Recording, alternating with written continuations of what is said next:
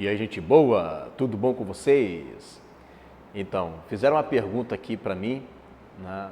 E é uma pergunta bem interessante, porque muitas pessoas têm dúvidas com relação a isso. Não era para ter, né? Porque isso é uma questão de lógica, mas tem pessoas que têm dúvidas com relação a isso. Bom, a pergunta é a seguinte, né? Pastor Igor, o pastor, ele tem que ser casado? A resposta é não. Ele não tem que ser casado. Ele é aconselhado a se casar, caso, né, não somente para o pastor, mas para todo aquele que se sente tentado na área sexual, tá? Todos precisam casar. O pastor, ele é aconselhado a casar, por quê? Porque ele precisa ser exemplo na igreja, tá? Ele tem que ser exemplo na igreja. Mas isto é uma obrigação? Não. Isso não é uma obrigação, porque existem eunucos. Tá? E Paulo, por exemplo, ele não tinha uma esposa ao lado dele ao passo que Pedro tinha. Mas então, como que fica essa questão de exemplo? Isso não é obrigatório? Irmãos, tem coisas na Bíblia que a gente descobre muito facilmente na prática do dia a dia. Não precisa a gente fazer um grande exame bíblico para isso. No dia a dia você vê como que as coisas funcionam. Então, por exemplo, vamos imaginar que de fato o camarada tem que ser casado. E aí ele vai lá e casa e ele é levantado a pastor e vamos supor aqui que um mês depois ele casou, ele foi levantado a pastor, um mês depois a esposa dele morre. Ele vai entregar o pastoreado dele? Ele vai deixar de ser pastor porque ficou solteiro de novo? Agora no status de viúvo? Irmãos, não tem lógica. Não tem lógica um negócio desse. A esposa pode morrer, como já vi casos de casais que recém-casados, né? Acidente de carro, ela vai lá e morre, ou ele vai lá e morre. E aí? Uma morte de um casamento prematuro. O que vai fazer? Né? Vai deixar ele de molho até ele arrumar uma outra mulher e casar, para ele pastorear? Então, irmãos, não é assim que funciona na prática. Se você me perguntar se é melhor estar casado ou solteiro, eu vou dizer, é melhor estar casado do que solteiro. Aí tem muita gente que já vi no comentário e fala assim, ainda bem que você é um pastor casado. Eu não sou casado. Mas eu entendo que a responsabilidade é maior. A responsabilidade é maior. Na realidade, os dois campos têm responsabilidade, porque não é porque o cara casou que vai deixar de ser tentado. A pessoa e Paulo aconselha a pessoa até não se casar, porque ele diz que o casado se dedica à esposa, ao reino, né, às coisas de Deus, às coisas desse mundo, mas o solteiro só se dedica às coisas do Senhor. Se você for olhar por um conselho do apóstolo Paulo, ele dizer, Paulo, eu quero ser pastor, qual é a melhor coisa? Não, é melhor não casar, que aí você vai se dedicar inteiramente a Deus. Mas aí, por outro lado, ele fala, mas se você não se aguenta, né? Se você não consegue se conter, então é melhor casar do que abrasar. E como resolver então algum texto, por exemplo, vou ler aqui alguns, ó. 1 Timóteo capítulo 3, versículo 2. Convém, pois, que o bispo seja irrepreensível, marido de uma mulher, ou de uma só mulher, vigilante, sóbrio, honesto, hospitaleiro, apto para ensinar. Agora, preste atenção que essa palavra, que ele tem que ser marido de uma mulher, marido de uma só mulher, ele está para bispo, em 1 Timóteo capítulo 3, versículo 2, ele está para o presbítero, em Tito 1,6, olha só, aquele que foi irrepreensível, marido de uma mulher, que tenha filhos fiéis, que não possam ser acusados de dissolução, nem são desobedientes. Então, é para quem quer ser bispo, é para quem quer ser presbítero e para diácono. Olha aí, ó, 1 Timóteo capítulo 3, versículo 12. Os diáconos sejam maridos de uma só mulher e governe bem a seus filhos e suas próprias casas. Então, uma palavra que é dirigida a bispo, que são os pastores, né? Os que governam, os que supervisionam, é para presbítero, os mais antigos da igreja, os que estão ali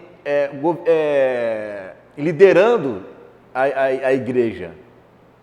E para diácono, camarada que serve à mesa, que cuida, né, das cestas básicas, né, que assiste às viúvas, que faz visitações.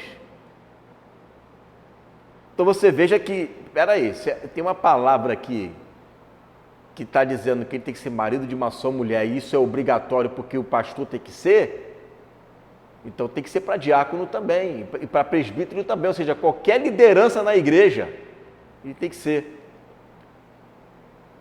Então, qual é o sentido do texto quando ele fala que tem que ser marido de uma só mulher? Porque essa palavra, praticamente aqui, ele está trazendo para o primeiro escalão, segundo escalão e terceiro escalão da igreja. Os bispos, os anciãos, os mais antigos, os presbíteros e a diácono. Só faltou colocar aqui, né, que aquele que fica na porta recebendo os irmãos com a paz do Senhor seja marido de uma só mulher. Então, o que ele está querendo dizer aqui com essa palavra? Existe um texto aqui que dá uma dica, só que essa dica aqui, ela é uma dica que é bem complicado. Olha só, será que é isso? Deixa no comentário aí, vê se é isso daí. Ó, 1 Timóteo capítulo 5, versículo 8, diz assim: mas se alguém não tem cuidado dos seus, e principalmente dos da sua família, negou a fé e é pior do que o infiel. Nunca seja inscrita viúva com menos de 60 anos, e só a que tenha sido mulher de um só marido. Opa! Mulher de um só marido? O que será?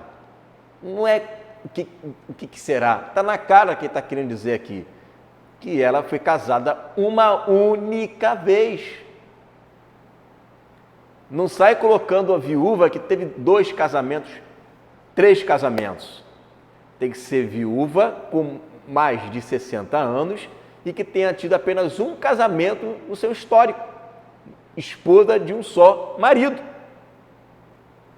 Então, eu entendo quando o apóstolo Paulo ele fala, olha, se o camarada quer ser bispo, que ele tenha tido apenas um único casamento, para não ficar como um mau exemplo de um pastor, de um diácono. Você vê que ele vai de pastor a diácono, diácono não pastoreia ninguém. Então, essa desculpa de ter que ser pastor casado, então tem que ser diácono casado, para dar exemplo para quê? Vai cuidar de quê? De arroz, de feijão, porque ele cuida disso, de ceia, da mesa, serve a mesa, cuida das questões administrativas da igreja também. Um diácono. Então, olha aqui, o que eu entendo é que quando diz, preste atenção, marido de uma só mulher, o bispo, o presbítero, né, o diácono, é que ele tenha sido casado uma única vez. Ah, mas ele veio do mundo. Do mundo é outro papo. Estou falando daqui para frente. Né? Que o cara teve o pleno conhecimento da verdade. O camarada teve o pleno conhecimento da verdade, seus olhos foram abertos, o seu entendimento foi iluminado, ele creu, ele leu, ele confessou, ele aceitou, ele viu, e aí ele vai lá e agora entra num casamento pleno. A partir dali para frente começa a contar. Então eu vejo que essa questão de um marido de uma só mulher é muito sério. Tem outra interpretação, fala que marido de uma só mulher, mas é no sentido de que naquela época havia muita poligamia, né? E aí não poderia, né? Tem que ser aquele que apenas está casado com uma só mulher, porque está saindo de uma transição, né? De uma aliança, de uma transição para outra. E aí você está saindo de um contexto onde você tem homens que tem várias mulheres, ainda mais numa sociedade daquela época, que não era só Israel, que era assim, e está espalhando o evangelho para as nações, né? E conforme vai espalhando, ele vai dando, olha, ele quer ser pastor, mas ele não pode ter duas mulheres, tem que ser mais de uma mulher só. Tem essa interpretação também. Só que aí chega lá para a viúva em 1 Timóteo 5, aí fala que é a esposa de um só marido. Aí abre margem para essa interpretação. De qualquer forma, né, marido de uma só mulher, ele serve ele é uma ordem para bispo, uma ordem para presbítero e uma ordem para diácono. Tá? São para os três. Então, será que está dizendo que esses três níveis de escalão na igreja, todos eles têm que estar casados? Ou é uma ordem no sentido de que ele apenas teve um casamento, ou que ele está saindo, a igreja está saindo, né, de um período de transição de alianças, mas só ser autorizado a se levantar líderes ali que não estejam casados com várias mulheres, mas com uma só. Você já parou para pensar nisso? Então, agora, é para pensar.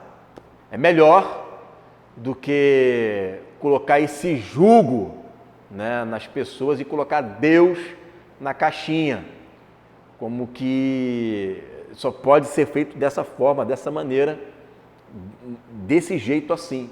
E eu te mostrei que na prática isso é complicado, né, porque ele pode se tornar viúvo cedo, com poucos meses de ministério, como é que faz? O cara não tem experiência nenhuma de casado, está lá pastoreando, o que vai fazer? Né? Então, a palavra não pode falhar. Tá? A palavra não pode falhar. Ah, mas isso aqui é uma exceção. Não tem exceção. O que está aqui. Né? Na realidade, não é uma exceção. Na realidade, não existe esse argumento que não pode. Então, está inválido. E permanece o que está aqui na Bíblia. Né? Permanece o que está aqui. Agora, se há exceção, qualquer um pode dizer que eu sou exceção. Outro é exceção, outro é exceção. Então, para com esse negócio de exceção.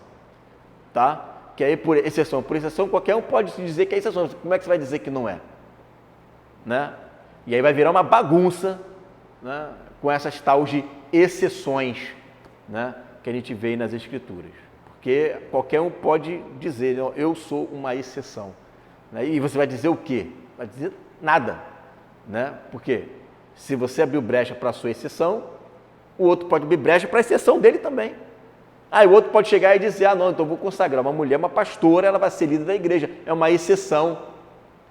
Tá vendo? Então, toma cuidado, porque esse tipo de ensino pode gerar muitas exceções aí. Tá? E aí Deus vai abrir uma exceção para você e vai deixar você ir lá para o lago de fogo e enxofre de primeira, né? Até antes mesmo de Satanás. Ai, meu Deus do céu, que isso não aconteça. Né? Tô brincando aqui. Valeu, gente. É isso daí. Medita, comenta aqui o que você achou, dá a sua opinião, né? Com versículos bíblicos, igual foi colocado aqui no vídeo de agora. Amém? Fique aí com essa palavra em nome de Jesus.